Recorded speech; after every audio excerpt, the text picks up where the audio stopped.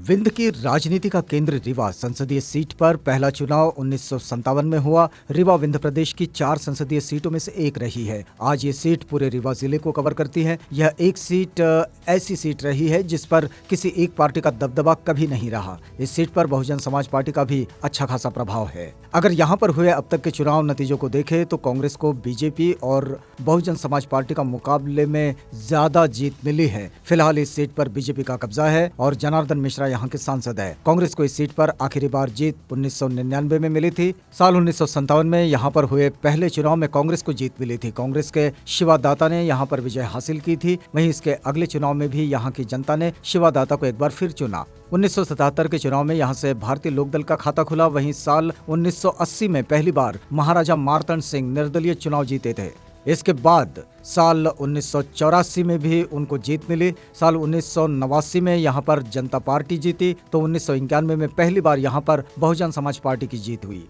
साल 1996 के चुनाव में बसपा ने एक बार फिर और जीत हासिल की, लेकिन 1998 के चुनाव में उसकी ये सीट उसके हाथ से निकल गई। बीजेपी के चंद्रमणि त्रिपाठी यहाँ से सांसद बने। साल 1999 में एक बार फिर यहाँ पर कांग्रेस की जीत हुई, लेकिन साल 2004 के चुनाव में बीजेपी ने कांग्रेस से हार का बदला ले ही लिया। बीजेपी के चंद्रमणि त्रिपाठी एक बार फिर यहां से सांसद बने, लेकिन साल 2009 के चुनाव में एक बार फिर से यहां बहुजन समाज पार्टी की जीत हुई। लेकिन साल 2014 के चुनाव में यहां पर कमल खिल गया और जनार्दन मिश्रा यहां के सांसद बन गए। रीवा लोकसभा सीट पर कांग्रेस को 6 बार, बसपा को 3 बार और बीजेपी को 3 बार जीत मिली है। कांग्रेस और बीजेपी दोनों ही इस सीट पर ब्राह्मण चेहरे को मैदान में उतारती रही है। 3 बार इस सीट पर जीतने वाले बीजेपी ब्राह्मण चेहरे के दम पर ही जीती है। 2014 के चुनाव में बीजेपी के जनार्दन मिश्रा ने कांग्रेस के सुंदरलाल तिवारी को हराया था। इस चुनाव में जनार्दन मिश्रा को 3,83,320 वोट मिले थे, तो वहीं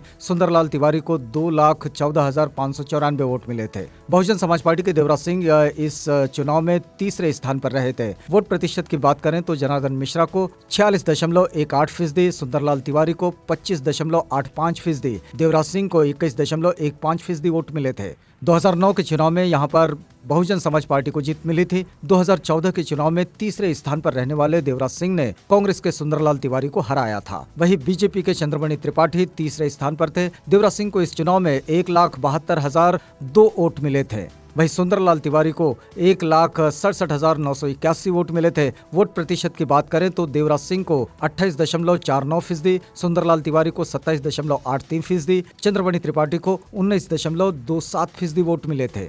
2011 की जनगणना के मुताबिक रीवा की जनसंख्या 23,65,106 है। यहाँ की 83.27% आबादी ग्रामीण क्षेत्र और 16.73% आबादी शहरी क्षेत्र में रहती है। यहाँ पर 16.22% लोग अनुसूचित जाति और 13.19% अनुसूचित जनजाति के हैं। चुनाव आयोग के आंकड़े के मुताबिक 2014 के लोकसभा चुनाव में यहाँ पर 15,44,719 मतदाता थे। इसमें से 7,22,919 महिला और 8,21,800 पुरुष मतदाता थे।